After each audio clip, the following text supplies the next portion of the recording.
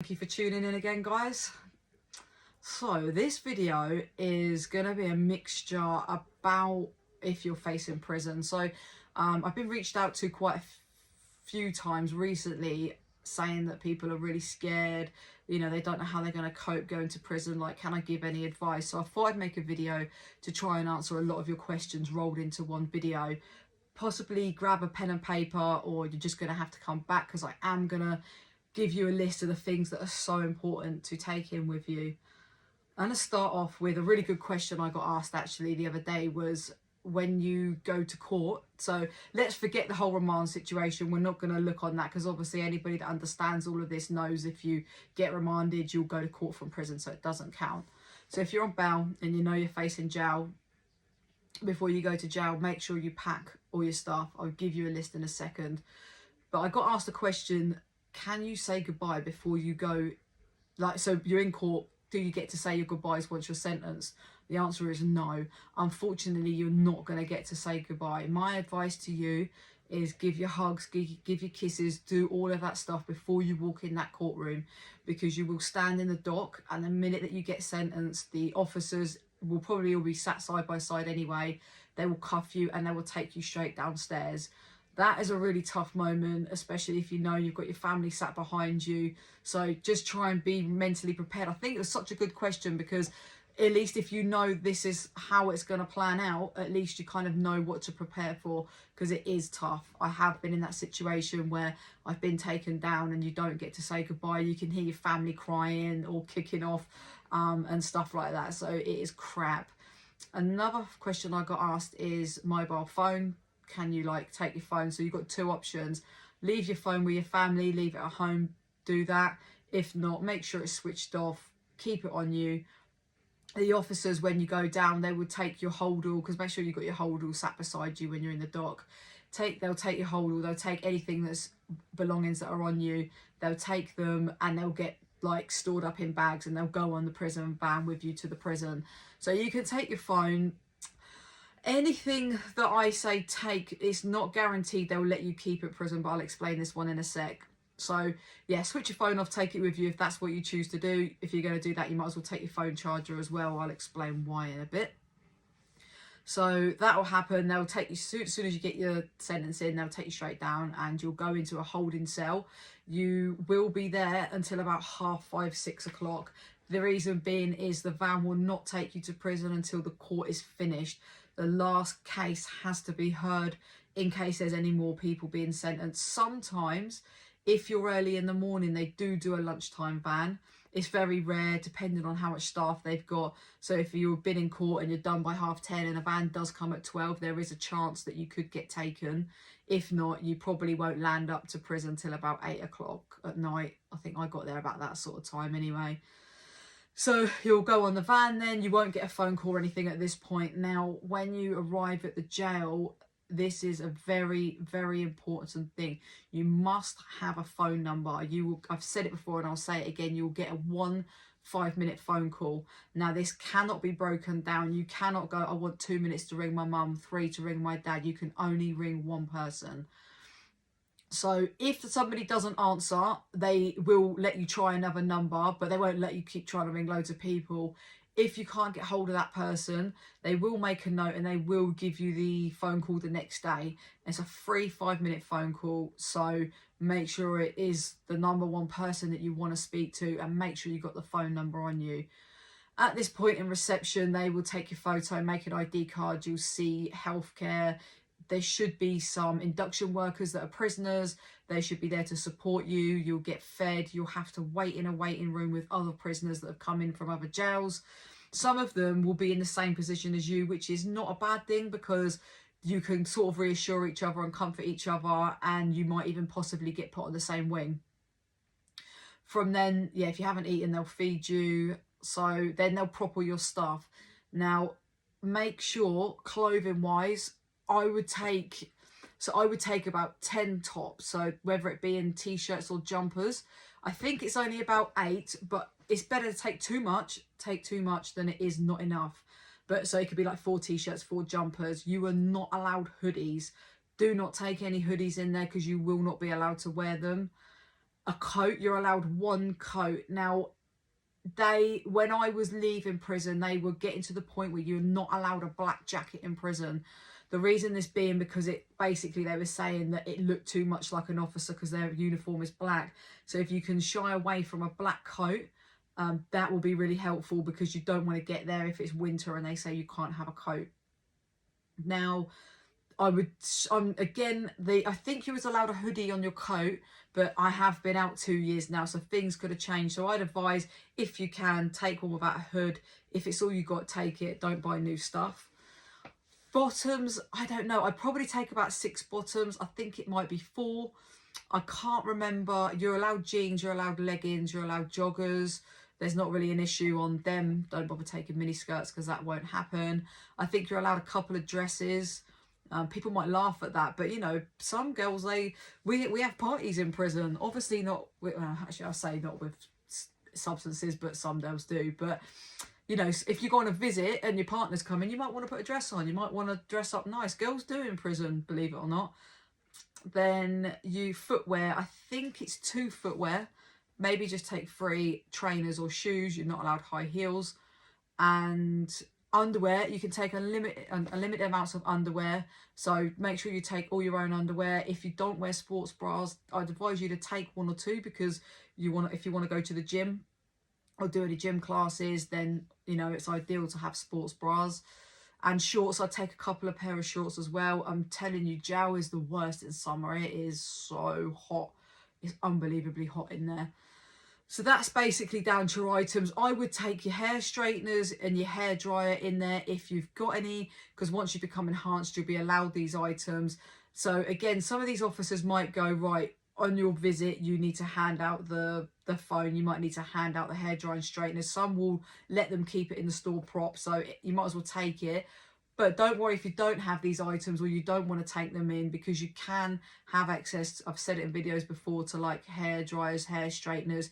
You just hand your ID card in and you can borrow it for like half an hour and then it goes back into the office. It's quite a luxury, really. It's a bit mad saying it, but so that's that. But the really, really important thing, and I can't express like how important it is, and I think I've said it quite a lot now, is you need phone numbers, you need addresses, and you need date of births and people's full names. The reason this being, if you want to add people to your phone pin, if you want to add people to visit you, you must have these details. You cannot add them without them.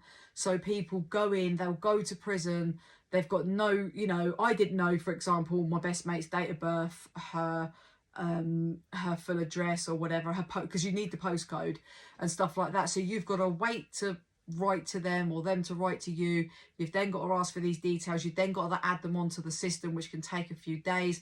It's really long-winded. So if you're watching this, take it. Just get everybody's that you want. It doesn't matter how many people you want to add on. And then money. Money is a key thing. So, you know, if you land up in prison on a Wednesday, canteens normally on a Friday. So you'd have missed it for that week. And then you have to wait for money. It's really hard to explain, but you basically have to wait for money. And if you don't have money, you could be waiting 2 weeks to get a canteen. If you go in with money, you get an emergency canteen sheet, which means they will give it to you that same week.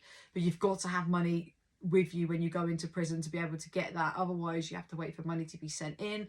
If you can't ring anybody and ask them because you haven't got all their details and you haven't added them on, then you're going to be waiting a long time to get money in as well. It has to drop by a certain day. I think it has to drop by Monday to come on your canteen sheet on a Tuesday or Wednesday. So it's a kind of a long-winded process. But even if it's £20, honestly, because the canteen is one thing, it's like everybody buzzes for a Friday, because you can get like your vape, your liquids, your food and all that sort of stuff. And no, you cannot take a vape into prison. You cannot take liquids in there, but you can buy them on the canteen sheet.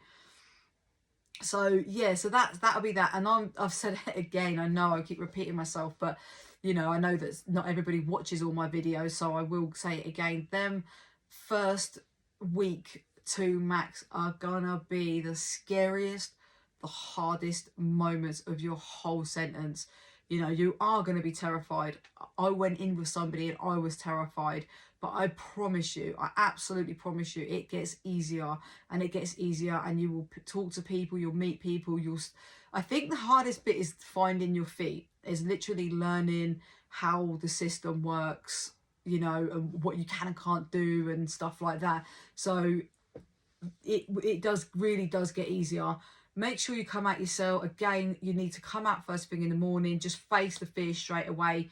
Once you've done it, after that, it's so much easier to come out your cell. Come out, go to the where they serve the servery, where they serve the food, get some breakfast, eat, get your energy up, have a little nose around. The induction workers should come back and see you the next day, show you how everything works, show you how to add people on the system and stuff like that. And if they haven't, ask the officers to get them to come and see you. That's their job. You know, the girls that I work with doing inductions, because I'd done it, we all done it because we cared. So it just means that something's happened and they've missed you. Like, don't get missed out the system, because the best thing is the prisoners teach you, so they will give you all the support that you need. You know, your prison officers, they know nothing. It's the prisoners will teach you everything. Honestly, the officers would ask us stuff because they didn't know how anything works, what colour buckets you mop the floors with. It's crazy, and they should know the job, not us. Rely on the prisoners more than the officers. So yeah, that's going to be, you won't work for a little while, you know, you'll be locked in your cell during the day, you come out at lunch, you come out at dinner time, you get a bit of association in the evening. Again, come out, you know, don't shy away. People might come in and try and talk to you, and that's fine. You know, be polite. I've always said from the get-go, don't lie about your crime. Although if you're a wrong un, I don't think you should like shout out about it either though, so that one's on you. But if you're in for fraud or drugs or something, just be honest, because they will Google you, they will search outside, they get their friends outside, or if they've got a phone in there, they will look up what you're in for. Your name is on a card outside the door, so you know they'll have your first name and surname. It's not hard. But yeah, if they start begging it and asking for sugar, again, I've said, you know, just say no. You don't have to be an idiot about it. You just say, I've come in with no money, or I've only got a little bit of money. I use a lot of sugar in my tea and coffee. You know, this has got to last me. I'm really sorry. Because the minute you say no, they'll know that you're a no person. The minute you say yes, the people that have got no money and stuff, they will just beg it and beg it and beg it, and then then it will turn out, oh, lend me a liquid, lend me this, and you'll never get anything back. Never. Until you've been there a few months and you really realise who your friends are and who you know that you can lend to and lend off, do not do it, because it will cause nothing but trouble, or you will end up out of pocket. So just say no from the start. You'll start work. Sometimes girls start work after 3 days. Sometimes it's about a week. Who knows? But by the time that you start working, you'll be settled in. It'd be something basic like gardens, kitchens, or wing cleaner or something like that. And then as you've been there sort of 8 to 10 weeks, you can start doing better jobs, better paid jobs, which gives you a bit more freedom, or you can do courses and stuff. Sender's a really good prison for courses. That's something I definitely can't knock it for. Especially if you're in recovery, if you're an addict or anything like that, definitely get to Send and do the RAP course. It's amazing. It literally teaches you so much. If you go to if you end up in a remand jail, you will more than likely be transferred out pretty quick. So if I was you, I'd advise you to make a decision on what prison you'd like to go to. So you've got a few. I'd definitely speak to your OMU worker. It's like an inside probation officer. Choose your prison before they choose it for you, because one day you'll just get a letter under the door and they'll say, pack your stuff, you're moving tomorrow to another jail. That's probably not a nice feeling. That's why I chose to leave in the end, even though I had a hold on me because of the jobs I was doing. I just thought, you know what, one day they could just say it and I want to go on my own terms, not the prisons. So I made the choice. So, you know, I did the right thing. It was the best thing that I ever done, moving prisons. And that's really it. You know, if you're on remand, you get a visit sort of every day, except for Fridays. I think they don't do visits on a Friday. When you're sentenced, it's like, when I was there, they're all different. I think it's like one a week when you're sentenced, but don't quote me on that one. It might be, if you're enhanced, that you get one a week. It might be 3 a month. And if you're like a really good prisoner, which is enhanced, then you get 4.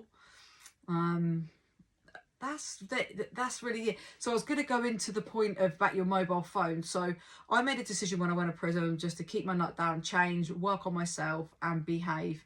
So when I got, I think it's like everyone's time's different, but mine was 2 years before my release, I was entitled to do rottle work. So that means you can go outside. You have to be really well behaved. You can't have anything bad on your record in prison for 6 months to get to go outside and work. But when you're allowed outside, you're allowed your mobile phone. So if you've already got it in your locker with the charger, it's actually really handy. You don't have to get someone to send it in and sort all of that sort of rubbish out. So that's why I say, if you're going to take your phone, take your charger.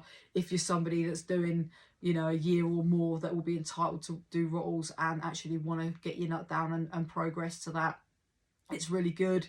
You know, it was the best thing that I'd done. At first I wasn't really interested, but then when I found out about my mum, I wanted to get out and go home, and I started working, and honestly my time just flew until lockdown happened. So focus on that. That's my advice to anybody. You know, it's hard because you've got to be a yes sir, no sir prisoner. It was tough. You know, I think if I'm not going back to jail, but if I ever did, I definitely would be yes sir, no sir. So I know I sound a bit hypocritical, but I'd done a long time of doing it. But it was worth it at the end. You know, when you get to go outside, you get to stay at home with your family. Like, so you get to stay at home with your family for 4 nights, 5 days, every 28 days. You get to go home once a fortnight for the day. And if you have children, you get an extra 3 days a month, and you get an extra day a week. I can't remember, it's a lot if you've got children at home, so you're entitled to that as well. And then you work Monday to Friday. You go out of the prison at like 7, 8 in the morning. You got your mobile with you. You go to work all day. You get back in the prison about 5:30. You're knackered. You go to sleep. So, you know, you're out working, and you can have your phone. So when you're like traveling from the prison to work and then back, you can ring who you want, you can FaceTime who you want, you know. So it's a nice bit of normality that really makes your prison sentence go quick. Yeah, I just advise anyone, just keep your nut down, just use it, educate yourself, don't waste this time. It's mad. I done a lot of work on myself, but I still feel like I wasted so much time. You know, I'm frustrated. I think I could have done a lot more in there than what I did do, but I'm just glad that I didn't go in and think, right, I'm going to be a dickhead and I carry on trying to sell drugs in prison and all that sort of stuff. I've just thought, no, I want to do this the right way and try and, you know, make the best of a bad situation.